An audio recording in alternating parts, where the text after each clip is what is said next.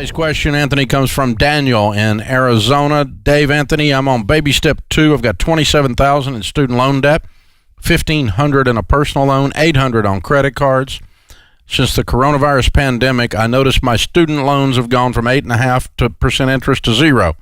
Should I stop paying my credit cards and focus on my student loans since they have no interest, or should I keep paying off the smaller debt, being my credit cards and personal, and then my student loans? I mean, I think he already knows the answer, but I help him out again. We're not going to stop. We're not going to stop the debt snowball. Okay, we're going to continue working it. That $800. I mean, actually, I would get even more aggressively after that right now and see if you can get from $800 to $1,500, depending on your income, and then go after the student loan debt. Rather than $800 on something and $1,500, then let's just knock it out. Yeah, just knock it out. It's only $2,300. Get those two things done, and then get after those student loans.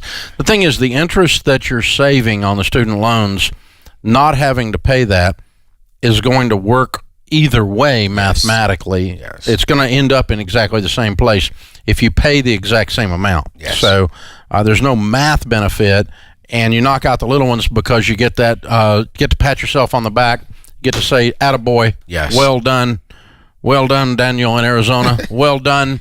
You get to keep going, and then you tear into that student loan, and even if it is 0 interest, we're going to pay it off as fast as we possibly can. The fact that they've given you an interest break only accelerates how fast you pay it off. It does not mean you stop paying on them. Exactly, Dave. I mean, I think that's golden.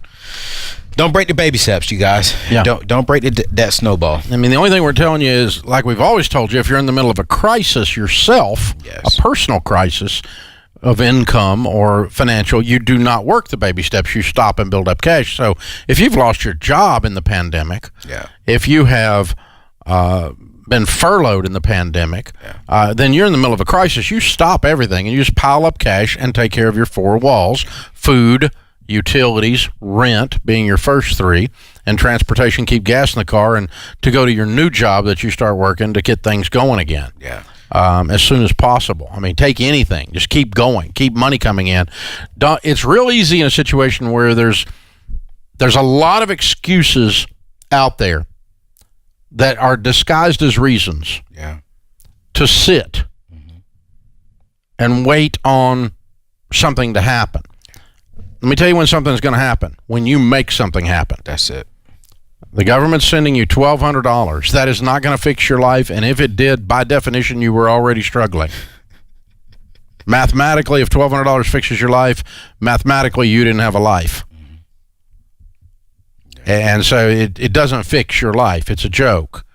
And so you got a lot bigger, everybody's got a lot bigger problems. And Anthony, you experienced that this week where the mortgage company's offering perfectly healthy people, financially healthy people, the right to go into forbearance and delay their payments, which is going to create a mess on down the road. Yes, it's called a forbearance plan. And when I went to pay my mortgage payment, the lady said, well, hey, we are offering forbearance for 3 months. And I was like, well, really? I said, okay, give me a little bit more information about that. I still paid my bill, but I just wanted to ask questions just for knowledge. And she said, yeah, so all you got to do is just, push off for 3 months. And then at the end of that forbearance plan, all 3 months plus the current month will all be due at one time. So if your payment is $2,000 a month, for an example, that means you're paying $8,000 in one lump sum. How does that help people? That doesn't help people at all. No, it just delays the foreclosure. It's frustrating. Now, even if you're in a crisis situation, I mean, if you push one payment until you get things going, then catch it right back up. That's all you can do because you're broke. Then that's all you can do. Right.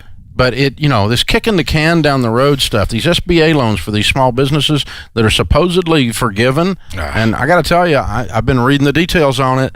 And I think you guys are stepping up on a rug over the top of an empty manhole. You're going to fall right straight through and find yourself in the sewer. But Dave, let's talk about that. The government saying we're going to forgive something. Well, haven't we already had this conversation over in the student loan world? Aren't there a lot of people? Wait, I've heard this before. Aren't there a lot of people saying, hey, I thought I was going to get my loans forgiven because I work in this certain area, but then they found out, well, hey, you didn't make this kind of payment, or you didn't do this, or you didn't actually go to this particular area. You forgot to check box 4X. Come on now. And when you forget 4X, come on, and you don't check the box, Oh, I'm so sorry. It's a loan now. Come on. And don't tell me it's a grant. It is not a grant. It's not. It's a loan. And you have to meet very stringent guidelines on hiring, firing, maintaining your payroll, small businesses, for that loan to be forgiven. This is the SBA. They're the DMV of small business. You're about to get yourself in a crack, people. Do not do this. Do not kick your can down the road with these forbearances.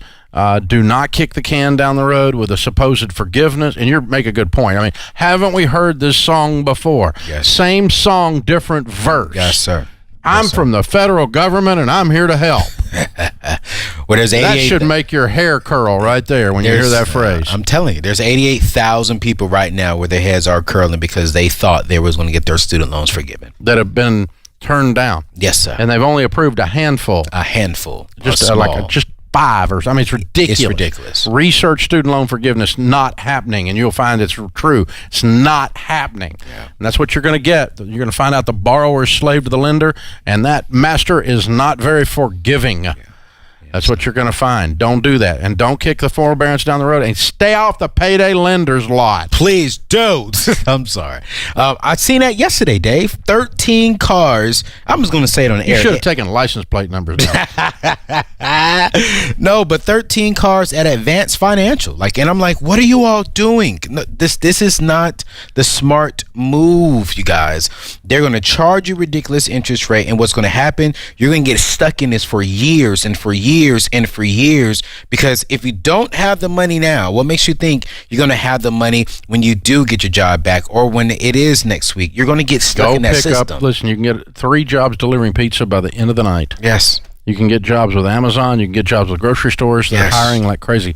Yes. Amazon's got 100,000 jobs they've launched. Yes, sir. Now, is that a job you want to do as your career for the next 25 years? No, we're not trying to get through the next 25 years. We're getting through the next 25 days if you don't have a job. But if your job's okay, just, God, stay away from the stupidity. Because this stuff, let me tell you, it always feels good in the short term. It always relieves the pressure in the short term. And it always makes a bigger mess in the long term. Yeah. And that's what tells you when you're doing something dumb with money. Yeah.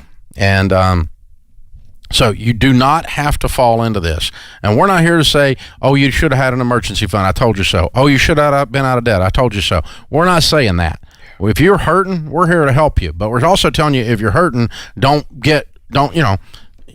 break your finger and end up breaking both your legs as a result. Please don't. That's just you're cutting off your nose to spite your face thing. Don't do that. Check out Financial Peace University at daveramsey.com/hope.